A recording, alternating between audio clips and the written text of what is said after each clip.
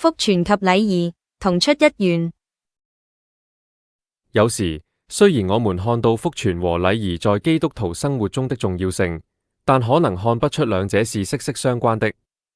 雖然我們是主日感恩祭和所有其他聖事，為基督徒生活是必須的，但我們未必能看到它們是源於福傳及引導我們朝向福傳。凡以根據聖經中所記載天主的啟示及按教會傳統將之實踐出來，因而指出在基督內實現了我們和好的完善代價，給了我們敬天的圓滿境界。聖保祿簡單地解釋說，天主會藉基督使我們與他自己和好，並將這和好的職務賜給了我們，也藉着基督使光榮藉我們歸於天主。我們在基督內敬拜天父，我們宣講的也是耶穌基督。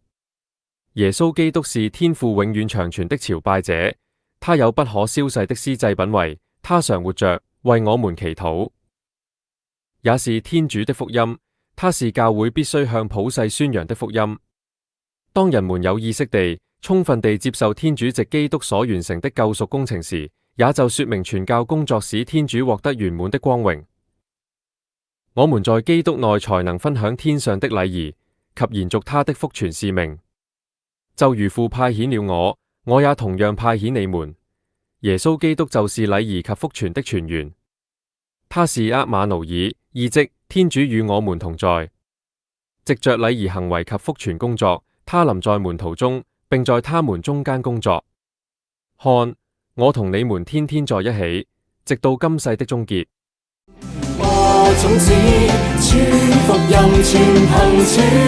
你每人，望中間共牽手知識，繼續覓尋，報歡欣，齊關心，再無分遠或近，愛心。